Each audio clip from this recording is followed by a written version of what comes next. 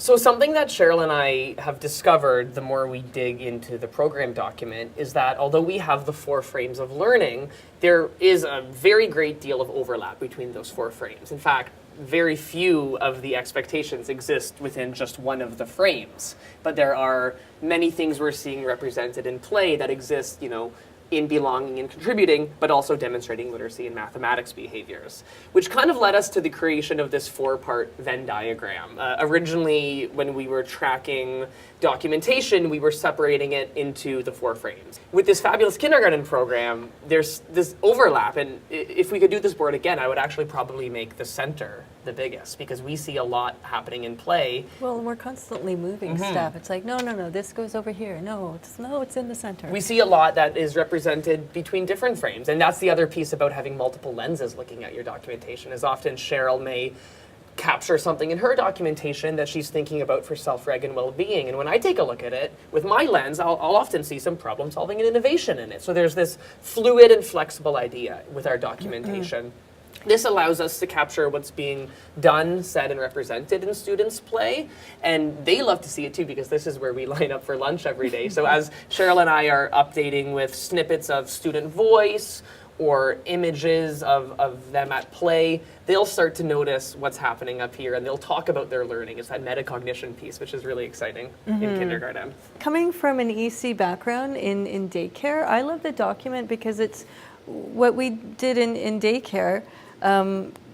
Was very much the social piece, and this really brings that social piece out, because a lot of their learning in kindergarten is socializing, how they problem solve, and the literacy and math comes into it as well, but it's more them and less of a teacher-led teaching style, which I love, which is why a partnership really works.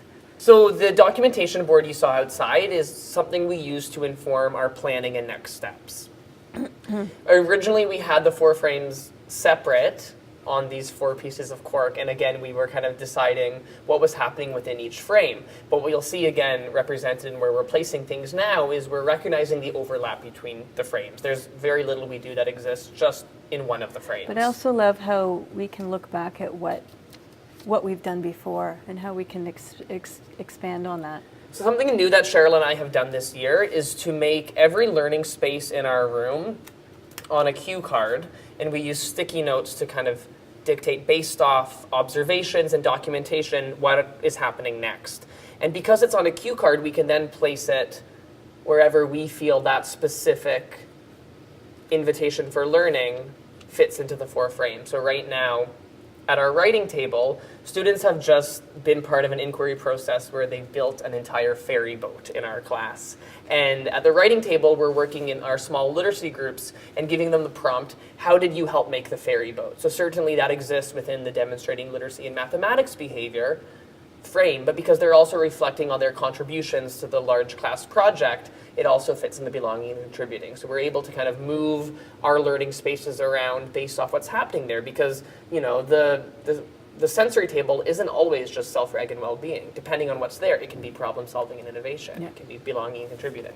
But even this one can go into problem solving, because how did they problem solve what they were working on in the ferry boat? So it's brilliant. And again, this is the great thing about a partnership, is that we can look at the same thing and bring multiple lenses and our different experiences and backgrounds to see that, because I hadn't thought about it as problem solving and innovation, and now for sure I think it can exist probably in all 4 of the frames. Well, it's like something broke, right? How do we fix it? And what sign?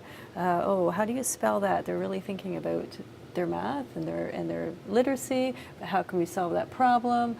To self-regulate, like it all comes together. Yeah, I think the more we dig into the program, we really do see that although there are 4 frames, they're so fluid and they're so flexible and there's so much overlap. And I think that speaks to the nature of play-based learning. Yeah, it's not just we're doing science, now we're doing math, but through play, it all kind of exists in this space. And comes from them, which is great. So I didn't think of that, So once a week, Cheryl and I find time to sit down together and to create these sticky notes together. We also work together to decide which frame they're going to go into.